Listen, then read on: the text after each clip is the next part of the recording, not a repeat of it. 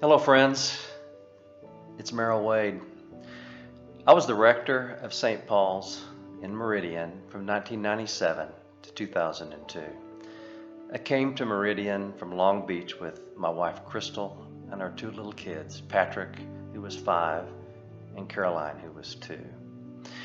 I remember those years, those 5.5 years at St. Paul's as a very, very formative time in my life.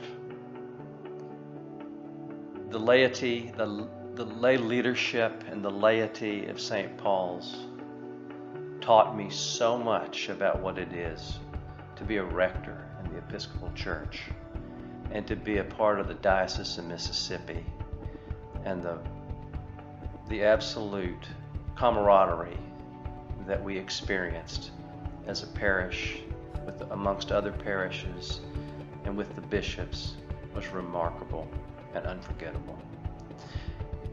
I think about the centrality of the Eucharist at St. Paul's in Meridian, the great music, the wonderful gatherings, the Sunday morning spirit, and I'll never forget it. And I think as well about Lent at St. Paul's, the weekday 7 a.m. celebrations of the Eucharist, 28 minutes long every single morning, 5 days a week, and the breakfast that followed, and the great spirit of that, unforgettable. It's just, St. Paul's was a place that shaped me in many ways, all those experiences, and I'm grateful. After 17 years at St. Matthew's Episcopal Church here in Austin, we left St. Paul's in 2002. I retired a year ago, September the 30th, 2019. And I've enjoyed my retirement and have generally stayed away from doing any interim work and that sort of thing, although I'm about to start some right now. But like you, and like Christians around the world, our daily and weekly rhythm of church life changed this year. As a priest of the church, I haven't celebrated the Eucharist or even received the Holy Communion since early March.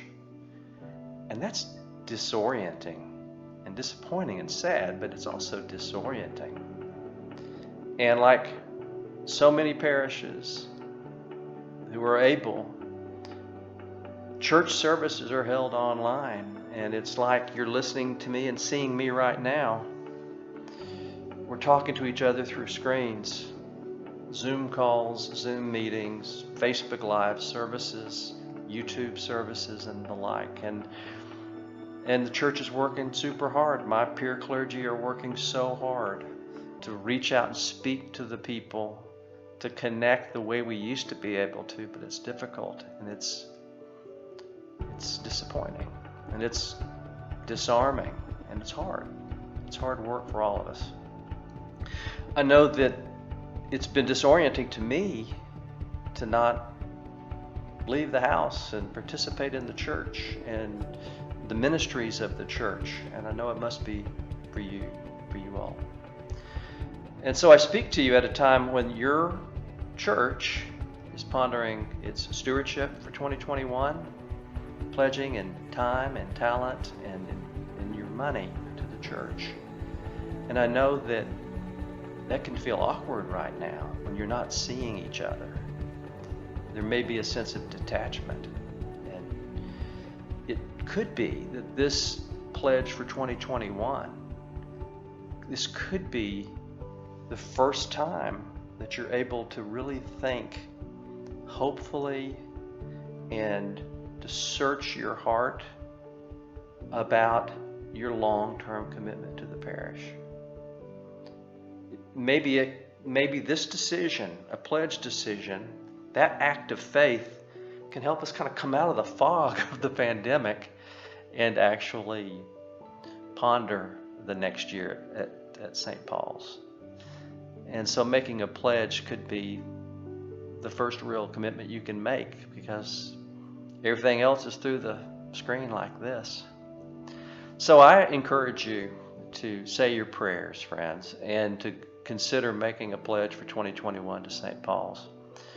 I could not imagine a more faithful congregation, and I'm sure that faithfulness is still at the very core of who you are. So I wish you well. I wish you a good fall stewardship, and I can't tell you again well enough how much St. Paul's and all of you meant to Crystal and me and our family.